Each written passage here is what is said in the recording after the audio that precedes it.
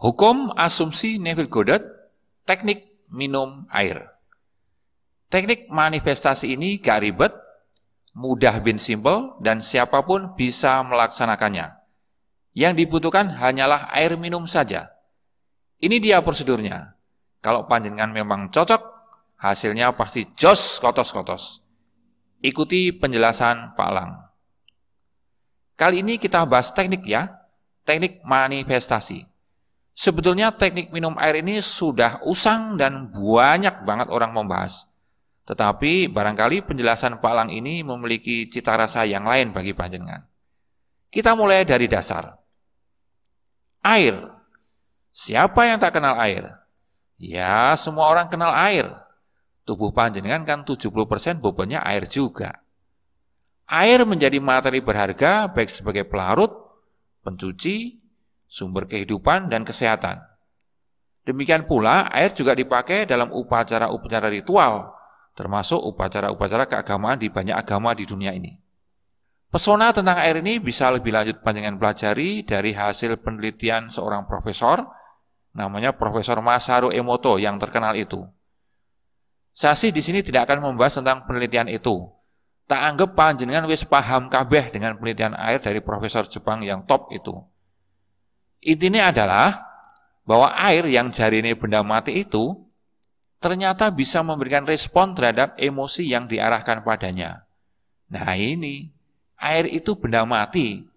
Ini kok bisa merespon emosi? Ini aneh bin ajaib. Maka air kita pakai sebagai media manifestasi hukum asumsi Neville Goddard ini. Kalau panjenengan memang cocok, hasilnya jos kotos-kotos. Langsung saja begini cara prakteknya. Yang pertama, siapkan segelas air minum yang sehat dan bersih. Maksudnya air putih bersih.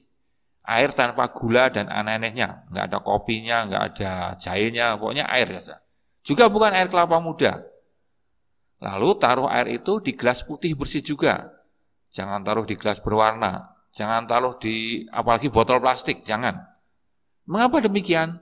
Sebab karakteristik listrik elektron-elektron pada bahan gelas adalah yang paling mendekati dengan karakteristik elektron pada air.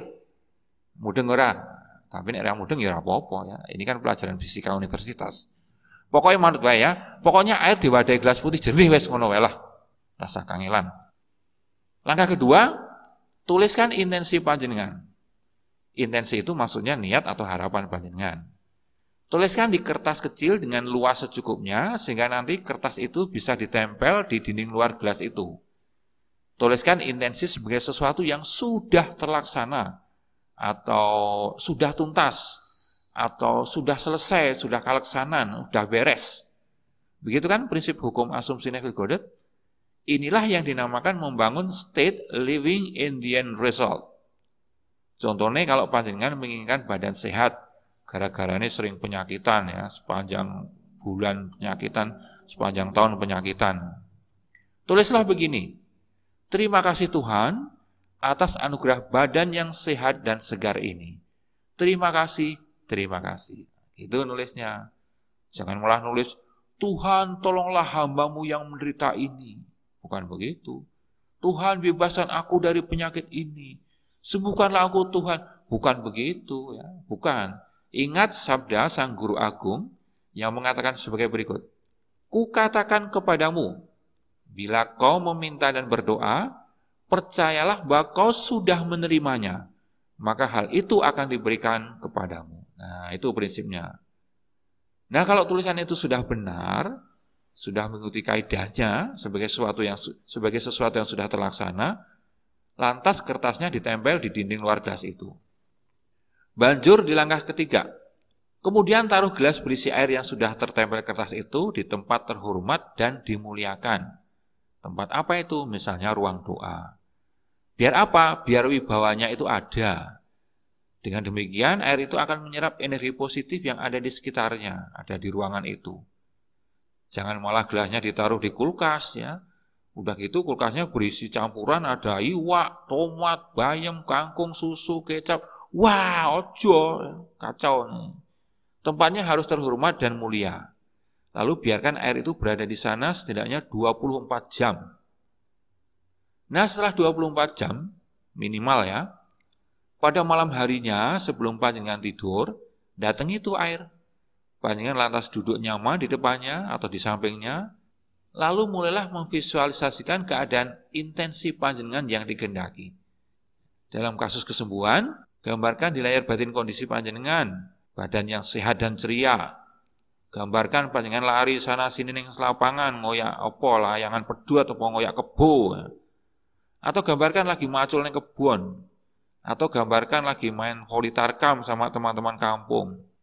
Atau bisa juga gambarkan dokter yang mengucapkan selamat bahwa panjenengan wis sehat kembali. Nah, biarkan emosi positif itu yang berupa kegembiraan itu mengalir meluap-luap kayak mumbul. Ini akan terjadi loh kalau imajinasi itu dilakukan dengan sungguh-sungguh. Panjenengan bakal bisa bersembili juga, terharu. Nah, lakukan kegiatan ini selama panjenengan mau. Kalau panjenengan pengen 5 menit ya boleh, pengen 10 menit boleh, sejam ya ento ya, sakarepe panjenengan lah.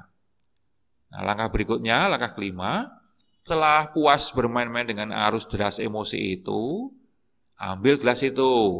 Ya, baca tulisan di kertas yang tertempel di sana dengan suara yang lantang, mantap, sampai menggetarkan dada. Lalu minumlah airnya, gelenggeng.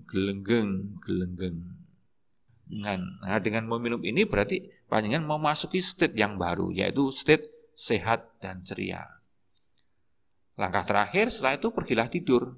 Tidurlah dengan membawa perasaan bahwa panjenengan sudah sehat, segar, dan ceria. Nah, perasaan-perasaan ini karena hadirnya kuat sekali di waktu yang tepat, yaitu menjelang tidur malam, maka perasaan-perasaan ini akan masuk rumesep, nyemplung-plung tanpa hambatan. Masuk kemana? Ke dalam pikiran alam bawah sadar panjenengan.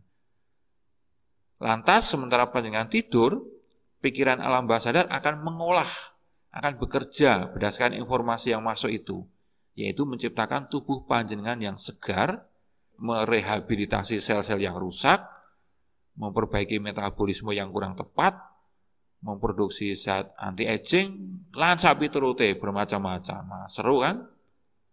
Lakukan kegiatan itu selama seminggu penuh, ya, tiap hari, dan dilakukan di setiap awal bulan.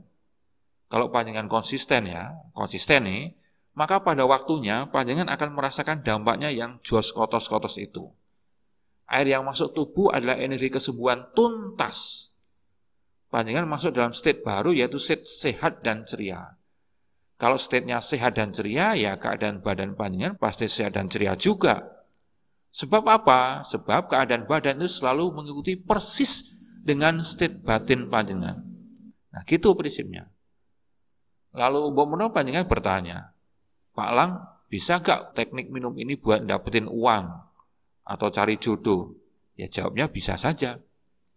Sebab teknik ini buat apa aja bisa ya. Cukup sesuaikan saja tulisan di kertasnya dengan kebutuhan panjenengan. Tetapi Pak Lang nasihatkan ya, jangan langsung mencoba sesuatu yang sangat besar dan serius. Lakukan dulu latihan-latihan kecil. Misalnya dapetin uang 1 juta. Tapi kalau 1 juta kegedean ya kecilin, misalnya 200.000 lah. Dengan berlatih dari yang kecil, kemudian meningkat secara bertahap, maka otot-otot batin pikiran alam bawah sadar panjenengan akan terlatih secara teratur dan hasilnya baik. Panjenengan pun bisa happy mengikuti prosesnya. Jadi jangan kayak orang-orang itu ya, itu banyak orang-orang yang ujuk-ujuk, orang udan, orang bledek afirmasi, terima kasih Tuhan, aku memiliki penghasilan 1.000 triliun. 1.000 triliun dengkulmu melonyot ya. Ngono ya ngono ning, mbok aja ngono, sing lumrah-lumrah wae ya.